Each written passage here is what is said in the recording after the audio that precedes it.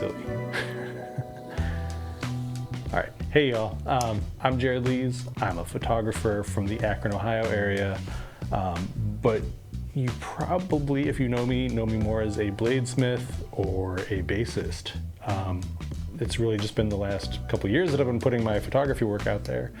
And I thought it'd be fun to make a YouTube channel to talk about that. This video is a gear related video, but I don't plan on making most of them gear related videos. But that said, let's dive into it. Let's just get to the clickbait. This video is about the Leica M Type 240 Monochrom. And why I use this camera, that's why this is my main camera today in 2025. This is a 10-year-old digital rangefinder style camera. It doesn't have autofocus. You're not seeing through the lens in any way, shape, or form. You're seeing through a viewfinder where there's a patch, and when two images kind of align, you've got your image in focus. And that's actually one of the things that I love about it. It's not one on this list though. So reason number one, I love shooting with this camera that's 10 years old and doesn't have a whole lot of features in 2025 is that it doesn't have a lot of features. It's simple. I was born in the 80s. I started photography as a kid. And I'm used to manually focusing things. I set the ISO like you did back in the day. I set it for, it's kind of like putting on a roll of film. Whatever roll of film you put in, you're stuck with. So I usually get to my situation and I set it and I forget it. And then I can adjust my shutter speed and my aperture on the lens, and that's it. There's not a lot of menus to dive through or anything. That's pretty much all there is to it. So that is one of the reasons that I really love this camera, is that it's just so simple. The next reason I love shooting with this camera in 2025 is the feel. It's relatively small, but it feels substantial. It's machined out of brass, but it's small enough that, especially with this 50mm lens on it, some of the other lenses that I use, like I use this 135 quite a bit. We'll talk about that later.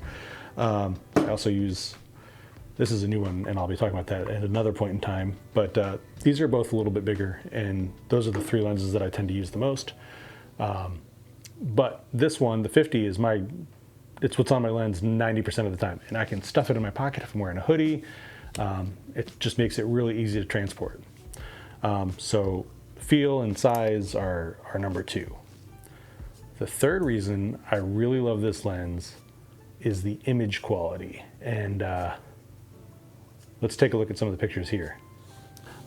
Here's a shot that I did of Rhapsody Monique. She's on Instagram. She's a great model in the area, and has worked with a lot of the photographers, and she's always doing some really cool stuff.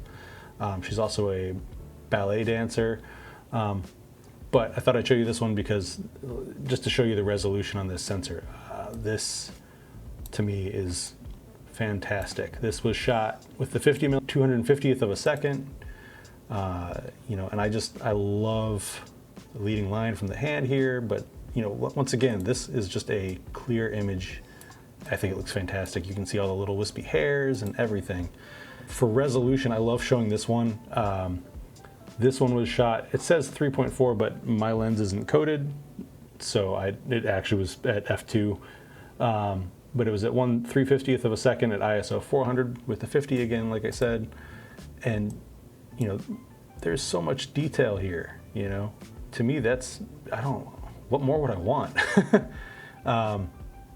You can even see back here on this one that's not in focus, a little out of focus, there's some spider webs that you can still see, which is amazing to me.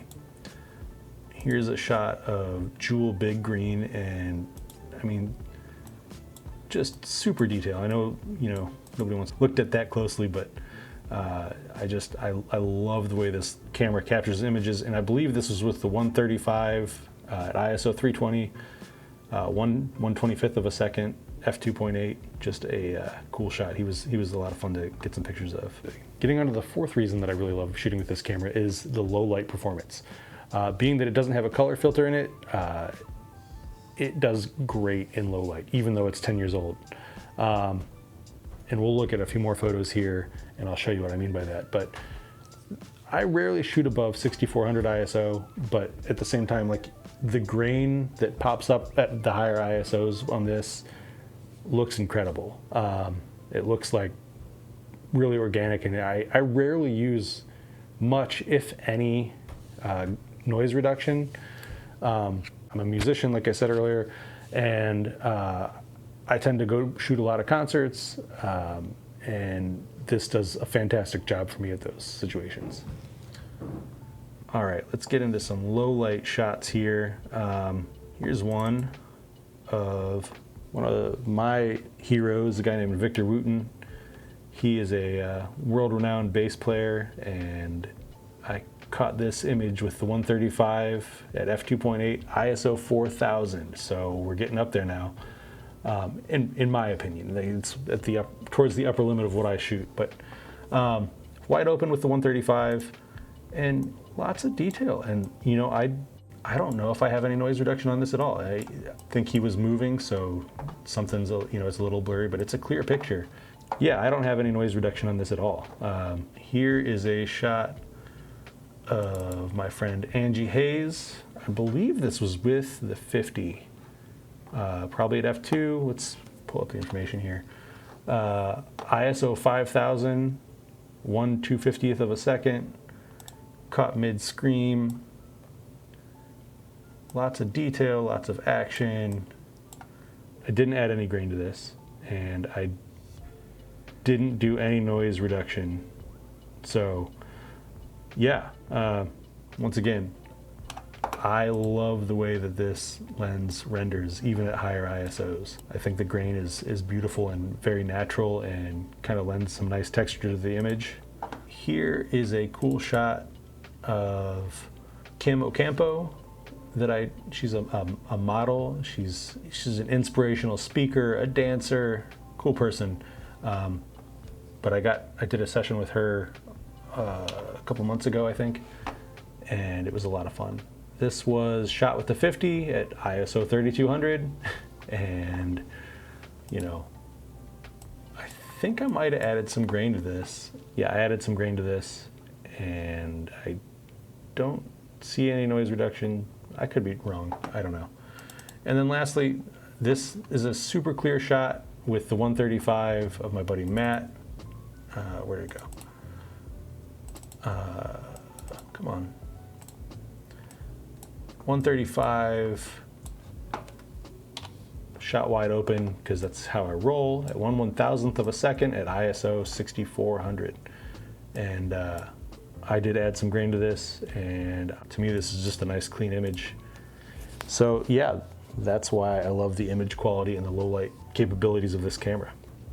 All right, the last reason I'm shooting with this 10-year-old camera, you can't talk about Leicas without talking about price points, is they're expensive. They're handmade in Germany. You know, they're highly sought after. They're collector's items. You know, the way I could get into one was I sold one of my bass guitars to fund the purchase of this, but that covered an old one. So, and that's fine with me, because this does everything that I need it to do. Would an M11 or an M10 or, heaven forbid, an M10 or an M11 monochrome be nice? Sure, they look like amazing cameras, but they're expensive. You know, I'm using vintage glass. This is a 50 from the 1960s. I think this was from the 50s or 60s. I don't remember exactly when. You know, or this is actually brand new. This is the new Typhawk 21mm lens, but before that I was using a 1990s 21mm lens. The other reason I like this is that it's the one that I could afford, you know. And I still made some sacrifices to get it, and that's fine. But at the end of the day, this is the camera that I like shooting with. If you like Sonys, shoot Sonys. If you like Canons, shoot Canon, you know, shoot what you have. I will say I've got one bonus reason that I love this camera today is it just looks cool. Leicas just look cool, all right? You know, that has benefits to it too. It's started conversations on the street, which have led to photographs and portraits, and that's always fun. It is something different when I'm working with like a new model. A lot of models, and a lot of, you know, I don't know really many pro photographers that shoot with one of these anymore. So they're not really something that you see, so it gives a different experience, kind of, you know, and there's not this giant 70 to 200 millimeter lens in the model's face when you're shooting. So I find that it's a little less off-putting, and, you know, usually I get hired, people know my work, or have an idea of what my work looks like, and so they trust that I'm going to do it. But something about a smaller camera sometimes feels a little less intimidating. But yeah, let me know in the comments, what are you shooting? You know, what camera do you use? I am of the mindset that the newest and the latest and greatest is cool, don't get me wrong, but not necessarily needed. You know, this makes fantastic images, you know, and the resolution for me is phenomenal. So I would love to hear what you're working with and what you enjoy shooting, and leave a comment below and let me know.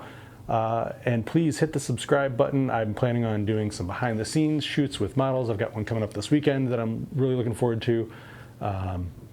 And yeah, I'm gonna do some educational stuff. We'll talk about some gear stuff, tips and tricks, you know. It should be fun. I don't know. I'm not gonna take it that seriously. I'm just gonna have fun with it. So if you got this far, thanks for watching, and I'll see you in the next one.